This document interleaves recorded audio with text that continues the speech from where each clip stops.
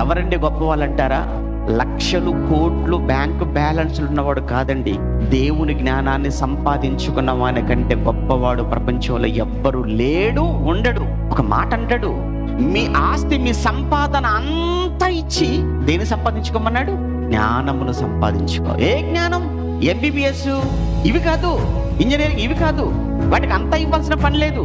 మరి ఏదయ్యా అంటే ఈ లోకాలను కలగజేసిన జ్ఞానం, ఈ సృష్టిని కలగజేసిన జ్ఞానం. ఈ లోకాలను ఈ సృష్టిని కలగజేసిన జ్ఞానం ఏంటంటే అది మన చేతిలో ఉన్న వాక్యం. అదే కదా హెబ్రీ పత్రిక 11:3 అంటాడు, ప్రపంచములు దేవుని వాక్యము వలన నిర్మాణమైనవి అన్నాడు. అంటే ఈ ప్రపంచాలు దేని వలన ఏర్పడ్డాయి? వాక్యం వలన ఏర్పడ్డాయి. వాక్యం వలన ఏర్పడిన బంగారం గొప్పది అనుకున్నావు, దాన్ని కలగజేసిన వాక్యం ఇంకెంత గొప్పది. వాక్యం వలన కలిగిన ఈ సృష్టి గొప్పది అనుకుంటున్నావు, ఇంత గొప్పదైన సృష్టిని కలిగించిన దేవుని మాట అదెంత గొప్పది.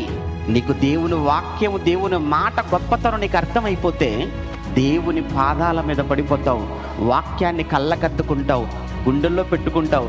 వాక్యం అనగానే పరుగులు తీస్తావు. వాక్యాన్ని ఖచ్చితంగా చదవందే ఆ రోజు మనం ముగించలేము.